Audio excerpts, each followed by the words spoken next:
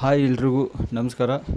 ಎಲ್ಲರಿಗೂ ಮತ್ತೊಂದು ವಿಡಿಯೋಗೆ ಸ್ವಾಗತ. ದಯವಿಟ್ಟು ಯಾರ್ಯಾರು ಸಬ್ಸ್ಕ್ರೈಬ್ ಮಾಡ್ಕೊಂಡಿಲ್ಲ ಇಮ್ಮಿಡಿಯೇಟ್ಲಿ ಸಬ್ಸ್ಕ್ರೈಬ್ ಮಾಡ್ಕೊಳ್ಳಿ. ಈ ಒಂದು ವಿಡಿಯೋ ತುಂಬಾ ಇಂಪಾರ್ಟೆಂಟ್ ಆಗಿದೆ. ಯಾಕಂದರೆ ಈ ಒಂದು ವಿಡಿಯೋದಲ್ಲಿ ಒಂದು ಗೃಹಲಕ್ಷ್ಮಿಯ 11ನೇ ಕಂತಿನ ಹಣದ ಬಗ್ಗೆ ಮಾತಾಡ್ತಾ ಇದ್ದೀನಿ. ಸೊ 11ನೇ ಕಂತು ಯಾವಾಗ ಬರುತ್ತೆ, ಏನು ಯಾವ ಪ್ರೊಸೆಸಲ್ಲಿದೆ, ಪೆಂಡಿಂಗಲ್ಲಿದೆಯಾ ಕ್ಯಾಶು, ಎಲ್ಲವನ್ನು ಈ ವಿಡಿಯೋದಲ್ಲಿ ಹೇಳ್ಕೊಡ್ತಾ ಹೋಗ್ತೀನಿ. ಸೊ ದಯವಿಟ್ಟು ಸಬ್ಸ್ಕ್ರೈಬ್ ಆಗಿಲ್ಲ ಅಂದರೆ ಇಮಿಡಿಯೇಟ್ಲಿ ಸಬ್ಸ್ಕ್ರೈಬ್ ಮಾಡ್ಕೊಳ್ಳಿ. ಯಾವುದೇ ಒಂದು ಅಪ್ಡೇಟ್ ಬಿಟ್ಟರು ಇಮಿಡಿಯೇಟ್ಲಿ ಗೌರ್ಮೆಂಟಿಂದ ಏನು ಬಿಟ್ಟರು ನಾನು ನಿಮಗೆ ಒಂದು ಪ್ರೊವೈಡ್ ಮಾಡ್ತಾಯಿದ್ದೀನಿ. ಸೊ ದಯವಿಟ್ಟು ಅದಕ್ಕಾಗಿ ಎಲ್ಲರಿಗೂ ಈ ವಿಡಿಯೋನ ಶೇರ್ ಮಾಡಿ, ಯಾರ್ಯಾರು ನೋಡ್ತಾ ಇದ್ದೀರಾ ಅವ್ರಿಗೆಲ್ಲರಿಗೂ. ಸೊ ನೋಡಿ, ಮೊದಲಿಗೆ ಬನ್ನಿ ಸ್ಟಾರ್ಟ್ ಮಾಡೋಣ.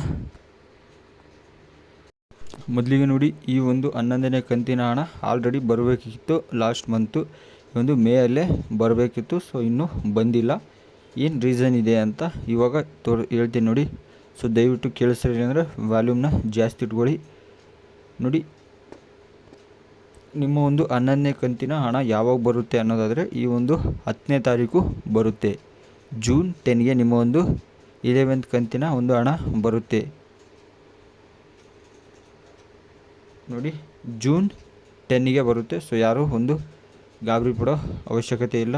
ಸೊ ಯಾವುದೋ ಒಂದು ಟೆನ್ಷನ್ ಆಗಿಬಿಡಿ, ಬಂದೇ ಬರುತ್ತೆ, ಎಲ್ಲರಿಗೂ ಬರುತ್ತೆ. ಜೂನ್ 10ಕ್ಕೆ ಎಲ್ಲ ಒಂದು ಡಿಸ್ಟಿಕ್ಗಳಿಗೂ ಪ್ರೊವೈಡ್ ಆಗುತ್ತೆ.